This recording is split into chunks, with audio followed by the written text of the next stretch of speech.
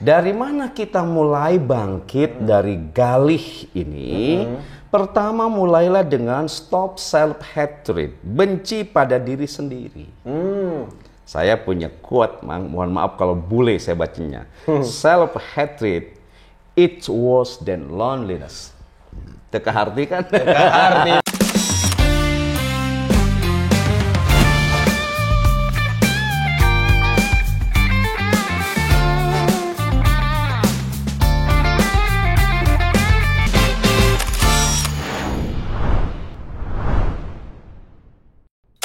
Assalamualaikum warahmatullahi wabarakatuh. Waalaikumsalam warahmatullahi wabarakatuh. Selamat datang dan selamat bergabung bersama saya Bren Saya Ang Ridwan di program kesayangan kita semua, apalagi kalau bukan Kulkas. Kuliah ringkas, satu-satunya kuliah yang gak bikin boring, gak usah ngontrak SKS dan bayar UKT. Namun meskipun ringkas, insya Allah berkelas dan berkualitas. Karena Kulkas Ngademin topik-topik panas bukan pakai nafsu tapi pakai ilmu dengan bimbingan Wahyu. Kulkas seru kajiannya, Seri seri sajiannya. Kulkas Ngadem yuk. Oke, sobat ngadem semua, topik Kulkas kali ini pulih dari galih. Langsung saja ke pertanyaan pertama. Pak Jaang punya catatan apa terkait pulih dari galih ini? Banyak, selalu punya catatan. Silakan. Galih itu bahasa anak zaman, Oke. bahasa anak milenial, bahasa generasi stroberi. Manis dari luar, tapi asem di dalamnya. Seger. Mereka itu kan banyak bahasa-bahasa populer. Galih itu konon, galau itu perih. Oh, galau itu perih. Jadi bagaimana kita bisa pulih dari galau yang sangat perih? Aduh. Ya. Galau itu sendiri adalah suasana batin yang muncul karena ada kesenjangan, kalau dalam filsafat karena kesenjangan antara das Sein dan das Sollen. Oke. Galih itu muncul karena ada kesenjangan antara asa dan realita, ada kesenjangan antara fakta dengan rasa, atau ada kesenjangan antara keinginan dan harapan. Dan harapan. Kan kebutuhan anak muda sekarang itu tiga. Kebutuhan primer, sekunder, dan konser. Oh, aduh. Keren. Konser ya. Contoh, kamu harapannya ingin bisa nonton konser Coldplay. Betul. Tapi faktanya uang yang kamu miliki hanya cukup untuk nonton odong-odong di Aljabar. Kan ini bisa jadi galau. Warawiri. Atau ini saya semangat Persibnya. Yeah. Kita ingin selamanya Persib itu pada saat kandang maupun tandang menang. Yap. Tapi kan pada faktanya ada kalanya seri, ada kalanya kalah bahkan. Betul. Itu kan pasti galau. Atau begini, kamu menginginkan punya iPhone terbaru. Waduh. Tapi faktanya kamu istiqomah handphone Cina. Itu juga galau kan? Android. Android. Atau begini, kamu menginginkan pasanganmu itu bisa memahami. Tapi pada faktanya dia seringkali gagal paham. Kan itu bisa jadi galau ya. Atau begini, kamu menginginkan kenyataan itu positif, tapi faktanya negatif. Nah ini kan galau. Nah pada tingkat tertentu, kondisi hati yang galau itu seringkali membawa diri pada kondisi titik terbawah. Dan perih. Padahal gampang kalau kamu berada di titik terbawah, solusinya gampang. Bikin paragraf baru. Bukan nulis, Pak, ini masalahnya. Kan hidup itu seperti nulis, Pak. Wey. Oke.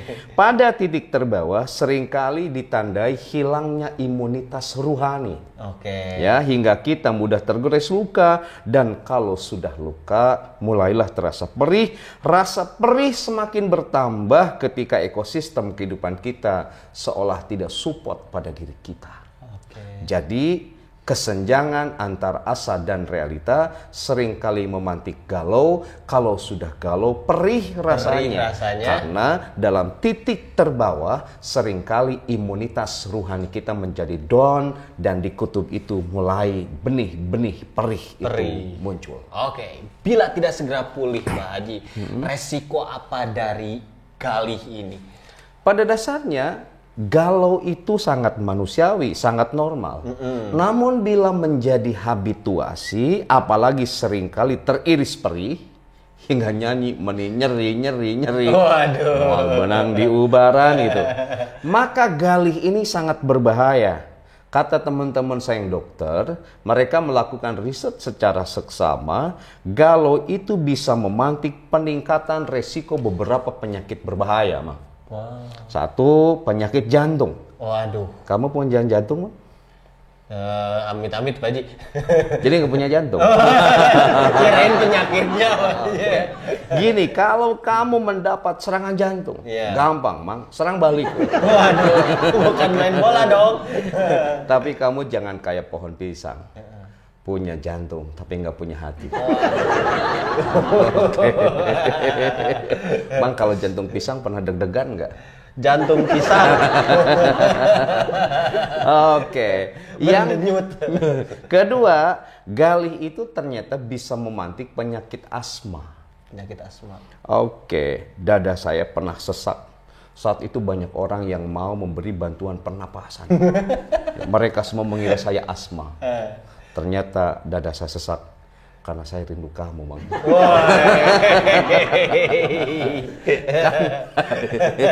Ini gelut ya. Merang. Ada cerita seorang pejabat yang mengidap asma. Umumnya pejabat kita itu mengidap asma. Kenapa, Pak Haji? Asal mengisi absen. Waduh. Kita itu balik lagi. Tapi Cius, ini ada pejabat yang asma. Ada pejabat asma. Dia nyinyir sama teman seangkatannya yang masih nganggur. Dia ngomong, bro, kan banyak lowongan kerja. Kenapa sih kamu masih nganggur? Jelek, itu kan bisa menyakitkan, Mang. Ya. Gitu. Akhirnya kan orang yang dinyinyirin gitu ngebales. Bro, kenapa kamu asma? Bukankah oksigen di dunia ini begitu tak terhingga? Jadi kalau nggak bisa ngasih solusi, jangan bikin hati orang lain perih. Iya, ya. Intinya itu. Nah, Mang, sampai bicara tentang nganggur, ada cerita 3 orang yang nganggur. 3 orang nganggur. Tiap malam begadang. Pas malam Senin, salah seorang mereka tidak begadang. Kenapa? Kenapa ditanya tuh, kenapa kamu malam tadi itu begadang? Orang sare awal kene, rek naon gawe lain. Bisa berangan nganggur.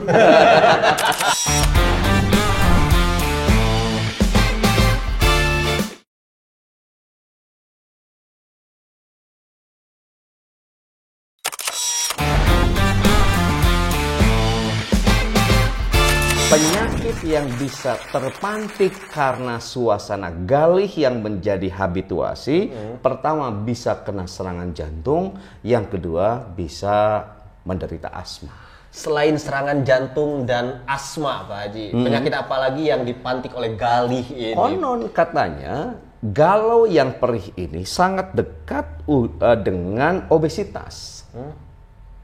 THTG, tiap hari tambah gede. Tiap hari tambah gendut. Ada yang datang gendut sekarang. Campernya gendut sekarang. Campers cabutan. Naturalisasi. Gara-gara si Bakti berenang. Sama si Lutfi. Kita di PHP-in. Oke. Sebegini, Mang, lazimnya yang galih itu mager. Males gerak. Bila begitu, ini bahaya kan? Ruhaninya dibebani perih, jasmaninya dibebani berat badan. Double kill.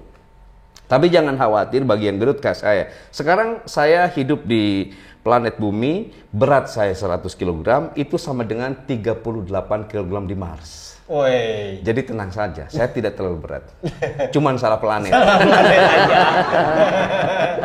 Kapan mau pindah tuh?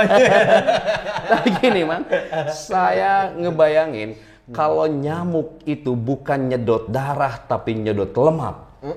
Komunitas Gojali, golongan Jalmilin tuh, atau STM Nusugan Taramodol, atau orang yang sabar sagala baru, pasti nongkrongna di kebon. Sama di got.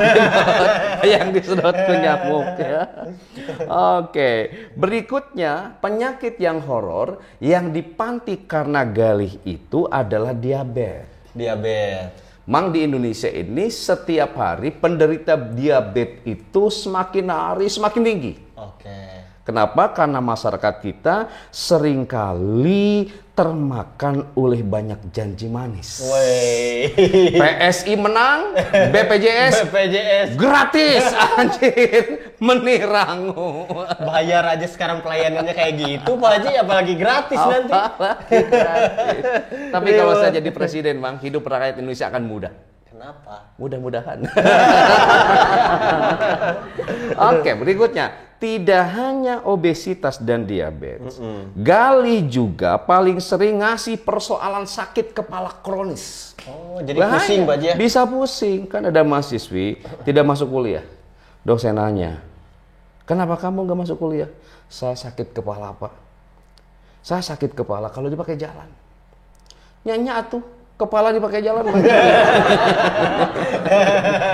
Kalau berjalan. Kata saya, Salah kepalamu tidak akan sakit. Kalau aku jadi kepala keluargamu. Kalau saya memang suka sakit kepala sebelah. Kenapa? Sebab yang sebelahnya dipakai mikirin kamu. Oke, kata teman saya dokter, masih banyak sebenarnya penyakit yang muncul sebagai efek dari galih ini. Dan ragam penyakit itu menurut saya horor banget. Maka kalian hari ini yang sedang galih, cepat bangkit. Cepat bangkit. Cepat bangkit dari galih itu. Pertanyaannya, harus mulai dari mana bagi kita Yang agar sedang- kita pulih dari galih ini, Oke. bangkit dari galih ini, Pak Haji? Dari mana kita mulai bangkit dari galih ini? Pertama, mulailah dengan stop self-hatred, benci pada diri sendiri. Saya punya quote, mohon maaf kalau bule saya bacanya. Self-hatred, it's worse than loneliness. Teka arti kan? Arti, Pak Haji. Kebencian pada diri sendiri lebih buruk daripada kesepian. Benci pada diri sendiri lebih buruk dari kesepian. Karena itu, stop melihat sisi negatif diri. Stop tidak percaya diri. Stop memarahi diri sendiri. Stop berkata-kata seperti ini. Aku benci diriku. Jangan. Aku benci orang yang mengingkari janji. Namun aku lebih membenci diriku karena aku mudah sekali dibohongi. Kan itu benci pada diri sendiri. Ada yang indah begini, Mang. Aku tidak membencimu karena kau tidak mencintaiku lagi. Namun aku membenci diriku sendiri karena aku masih mencintaimu. Itu self-hatred. Jadi sepanjang kita tidak men-stop kebencian pada diri sendiri dengan terus mengeluarkan kata-kata seperti itu, maka kita tidak akan pernah bangkit dari galih itu. Self-hatred, Pak Haji. Stop berkata, kunaon sih saya teh miskin banget. Stop, Mang, nggak boleh gitu. Sok sejenak kita lihat kekayaan diri. Mang punya ginjal? Punya ya? Pak Haji. Berapa harganya? 3,1 miliar. Pak Haji. Jantung, Mang, 2,7 miliar. Paru-paru 4,2 miliar. Iya. Kornea mata ini 500 juta. Darah 4 juta per kantong. Jumlah jamleh kalau ngitung unsurnya tadi 10,5 miliar. Kamu masih mau berani menyebut diri miskin? Punya 10,5 miliar. Mun hayang beunghar, jual kabeh. Minimal ginjal lah. Ginjal, ya. Jangan dong. Jangan dong. Jadi stop untuk self-hatred, benci pada diri sendiri. Yang kedua, agar bangkit dari pulih itu, stop maximization. Apa? Membesar-besarkan masalah. Kita itu seringkali galau, kemudian perih, lazimnya karena kita termakan masalah kecil yang dibesar-besarkan. Janganlah masalah kecil dibesar-besarkan. Kan gagaduhan oge nu alit umay seutiga lah bisa ngagedean. Gitu. Termasuk masalah yang kecil kalau dibesar-besarkan itu bisa bahaya. Bisa bahaya. Ingat, Mang, yang harus dibesar-besarkan itu bukan masalah, Tapi Gusti Allah. betul. Jadi mereka yang galih itu karena dia terjebak untuk membesar-besarkan masalah, sementara itu dia mengecilkan Allah. Maka biar tidak galih. Jangan katakan pada Tuhanmu masalahmu besar, tapi katakanlah pada masalah besarmu, Tuhanku maha besar. Woi. Nah, hati lagi, sekali lagi, lazimnya kita bisa galih. Pertama karena kita self-hatred, yang kedua maximization karena kita membesar-besarkan masalah. Pertama, self-hatred. Kedua, maximization. Nah, langkah apa lagi Pak Haji untuk pulih dari gali ini selain yang dua itu? Berikutnya, stop overgeneralisasi. Kita ini seringkali melakukan generalisasi yang lebay. Cek orang Sunda masuknya kompet daun ke. Sebab lazimnya orang gali itu disebabkan karena mereka terjebak pada overgeneralization. Gitu. Iya. Contoh, karena putus dengan dia, pasti hidup saya ini hancur. Saya mau bisa hidup tanpa dia. Kan ini lebay. Gitu. Emang cewekmu itu adalah Tuhan? Benar nggak? Terus kita bermain pada logika itu, lalu mendeklar diri, saya mau hancur. Ujungnya pasti hancur. Kenapa? Karena kita selalu melakukan generalisasi yang lebihan. Padahal pahami, Mang, hidup itu ngejar cita-cita, Mang. Bukan terlantar oleh orang yang nggak cinta-cinta. Pahami? Hidup itu ngejar cita-cita, bukan terlantar oleh orang yang nggak cinta-cinta. Hati-hati, bahaya. Seharusnya kita bisa belajar dari corona yang ngajari kita untuk jaga jarak. Sebab kalau terlalu dekat kan belum tentu jadian. Ya. Contoh lain, Mang. Teman saya orang Madura disakiti cewek Garut. Dia merasakan perih. Lalu dia menganggap semua cewek Garut itu jahat. Ini kan lebay. Hingga pada suatu saat ada cewek cantik, Mang. Baik hati, pandai mengaji. Anaknya Pak Haji, sudah punya gaji, cantiknya indoor dan outdoor. Indoor, outdoornya juga cantik. Waduh. Ya, mendekati teman saya itu. Si cewek itu cinta kepada teman saya orang Madura itu setulus hati dan sedalam jiwa. Lalu teman saya nolak. Kenapa? Gara-gara tahu cewek itu orang Garut. Sebab dalam pikiran dia pasti orang Garut itu jahat kayak cewek yang dulu. Ini kan lebay. Generalisir, Pak. Overgeneralization. Nah, kemudian akhirnya dia istiqomah menjadi jomblo mugelado. Dan dia mendadak sakit hati ketika si cewek Garut itu ternyata nikah sama temen dia langsung dan dia hidupnya bahagia.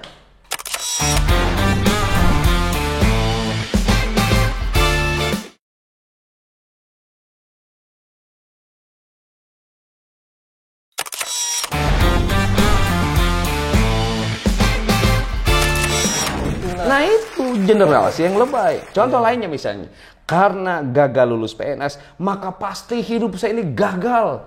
Terus kamu mendeklar gagal hidup saya, gagal karena terlulus PNS. Nah ini lebay overgeneralisasi seperti ini.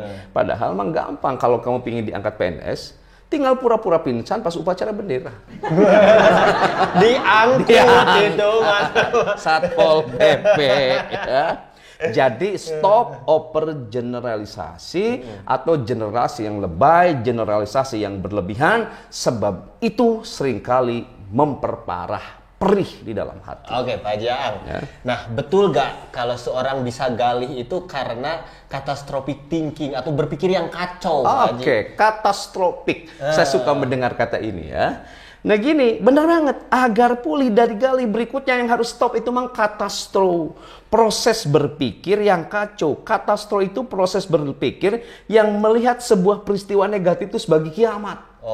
Jadi ketika dia dihadapkan pada peristiwa negatif, wah kiamat. Wah iya neraka. Nah ini berbahaya. Pasti kita akan gali. Kan ada orang yang ketika ditinggal wafat orang tuanya, dia bunuh diri. Kenapa? Karena kata dia percuma saya hidup juga tidak bisa berbakti pada orang tua. Ini katastrof. Kemudian ada wali murid yang ketika anaknya diperingati oleh guru karena melakukan pelanggaran, maka dia menganggap jatuh harga dirinya dan gurunya itu dikata pelmang hingga matanya buta permanen. Waduh. Ini kan katastrof. Lalu Mang ada Bapak Moge dan Bapak Goes. Senggolan di jalan. Ribut karena mereka menganggap saling terganggu zona nyamannya masing-masing. Di ujung ributnya, Bapak Goes ditembak, Mang. Sampai mati sia-sia. Ini katastrof. Nah, jadi begini. Pada banyak aspek, hal negatif itu justru ada manfaatnya. Contoh tadi, pada saat orang tua wafat, di sana ada kebaikan tentang regenerasi dan tanggung jawab. Ketika anak dinasehati guru, di sana ada kebaikan tentang etika dan budi pekerti. Oh, jadi ada hikmahnya. Ada hikmah. Jadi pada saat Bapak Moge dan Bapak gue senggolan di jalan, di sana ada kebaikan tentang sikap saling memaafkan. Harusnya Kan gitu. Lamun hayang, make moge nggak mau kesenggol, goesan nggak mau kesenggol, tong di jalan raya, di laut mah. Nginjem tongkat kan Nabi Musa nyin jalan tol heula. Speedboat ya. Jadi begini Mang, selalu saja ada sisi positif pada hal negatif. Ada hikmah di balik setiap peristiwa. Mang, saya dengar lagu Tulus itu yang gajah kan indah. Iya. Waktu kecil dulu, kan kayak gitu ya. Yeah. Mereka menertawakan, mereka panggilku gajah. Kan dipanggil gajah. Dia marah karena tidak tahu sih. Padahal sesungguhnya itu ada doa dalam olokan. Kan gajah itu binatang yang cerdas gitu. Maka begini kata Tulus bahwa ketika kau mengolok-olok aku sebagai gajah, saat itu kau sedang mendoakan kebaikan untukku. Kita diolok-olok oleh orang lain disebut sebagai gajah karena gendut. Tapi disitulah sesungguhnya ada kebaikan. Yang terburuk kelak bisa menjadi yang terbaik. Keren ya. Maka stop thinking agar apa? Agar kita segera pulih dari gali. Oke Pak Jang. Nah sekarang kalau berdasarkan narasi agama seperti apa agar kita pulih dari galih ini Pak? Di An-Najm ayat 43 Allah mengisyaratkan wa annahu huwa adhaka wa abka, dan dialah yang menjadikan kamu menangis atau tertawa dan menangis. Jadi dalam spirit ayat ini puncak galih itu perih pasti ya. Iya. Di puncak perihnya hatimu itu sejatinya kita sadar bahwa kita harus kembali kepada Allah. Sebab sehebat apapun kita, kehebatan kita itu terbatas, apalagi kalau kita tidak hebat. Kemudian seperkasa apapun kita, keperkasaan kita itu akan terbatas, apalagi kalau tidak perkasa. Betul. Maka segeralah kamu atau kita kembali kepada Allah. Kembali kepada Allah dengan menjaga sholat. Sebab as-sholatu nur, sholat itu adalah cahaya kata Nabi. Cahaya di hati, cahaya di pikiran. Maka ketika kamu kembali kepada Allah dengan menjaga sholat, sholat itu akan memberi cahaya dalam hidupmu. Hingga galih itu akan segera pulih. Kembalilah kepada Allah dengan menjaga interaksi bacaan Qur'anmu. Bacalah Al-Quran seolah-olah kamu dilihat oleh Allah. Bacalah Al-Quran seolah-olah kamu dinasihati oleh Jibril. Bacalah Al-Quran seolah-olah kamu dinasihati oleh Rasulullah. Maka galih akan segera pulih. Karena wa nunazzilu minal Qur'an ma huwa syifaun wa rahmatun lil mu'minin. Kembali kepada Allah dengan latihan saum Senin Kemis. Sebab dengan puasa akan lahir mekanisme kendali diri. Dalam diri yang terkendali, kita akan selamat dari berbagai macam rasa takut dan rasa khawatir. Termasuk galau yang perih itu. Jadi kembali kepada Allah, ingat, hanya Allah yang bisa membalut perih dan luka kita. Hanya Allah yang tahu mengobati sakit hatimu. Betul. Hanya Allah yang tahu penawar atas segala derita yang kita alami. Berarti dengan sholat Pak Haji? Sholat, interaksi dengan Al-Quran, belajar puasa, pokoknya setiap jalan untuk kembali kepada Allah bisa kita tempuh. Insya Allah kita akan pulih dari galih itu ya. Semoga ini menjadi referensi untuk sobat ngadem di rumah yang mungkin ada yang sedang galih Pak Haji. Banyak dan perih gitu. Karena topik ini banyak permintaan. Oh, justru karena ini diangkat tuh jadi karena banyak permintaan Pak Haji. Karena kulkas mohon maaf karena space-nya terbatas. Ya. Nanti kita bisa perpanjang di kolom komentar. Mantap. Oke, Pak Jang langsung saja ada kata-kata untuk sobat ngadem di rumah silakan. Oke, sobat ngadem begini. Bila kembali kepada Allah, akan tiba saatnya tangis menjadi tawa, perih tinggal cerita, kenangan jadi pelajaran, dan rindu hanya sekedar tamu. Kang Mama. Mantap. Bagi kamu yang bernasib seperti rasi bintang, yang seringkali gagal menebak isi hati, bergulurah pada corona yang telah mengajari arti penting social distancing. Betul. Sebab bila terlalu dekat berhubungan, belum tentu akan jadian. Oke. Corona ya Pak Haji. Tak masalah tidak sehati lagi, asal hidup tetap berarti. Sebab apa artinya saling bersandar bila menghadap mata angin yang berbeda? Ada tulus-tulusan. Itu mah monokrom. Lagu apa ya lupa? Pamit. Lagu pamit. Bukan hati-hati di jalan. Bukan hati-hati di jalan. Oke, cemburu yang paling perih adalah cemburu pada orang yang tidak layak kau cemburui. Ya, tidak layak dicemburui, perih. Bila perih meraksasa di dalam dada, maka dunia menjadi kerdil di dalam hati.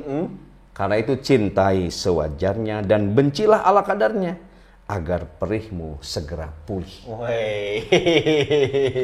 Ala kadarnya intinya Pak Haji ya? Iya, sewajarnya saja, tidak kurang, tidak lebih. Ya. Ada lagi Pak Haji? Cukuplah, udah panjang. Oke, tidak terasa 30 menit kebersamaan kita menemani Sobat Ngadem di rumah membahas tentang galih. Semoga yang lagi galih segera pulih Pak Haji ya Pak Haji. Oke, jawaban atas pertanyaan ini? Jangan dianggap yang paling berat, tanyakan kembali pada narasumber yang lain. Sebab di Indonesia ini gudangnya para ulama, cendekiawan, dan orang-orang pintar. Oke, jangan lupa juga like, komen, dan subscribe di Aang Ridwan Official. Dan jangan lupa juga saksikan terus Inspira TV. TV inspiratif dan positif. Saya Brand Cianjur undur diri. Saya Aang Ridwan Garut undur diri. Tetap di program kesayangan kita semua, apalagi kalau bukan Kulkas. Kuliah ringkas. Satu-satunya kuliah yang gak bikin boring. Gak usah ngontrak SKS dan bayar UKT. Namun meskipun ringkas, insya Allah berkelas dan berkualitas. Karena Kulkas ngademin topik-topik panas, bukan pakai nafsu tapi pakai ilmu dengan bimbingan Wahyu. Kulkas seru kajiannya, seri kajiannya. Kulkas ngadem yuk. Assalamualaikum warahmatullahi wabarakatuh. Waalaikumsalam warahmatullahi wabarakatuh.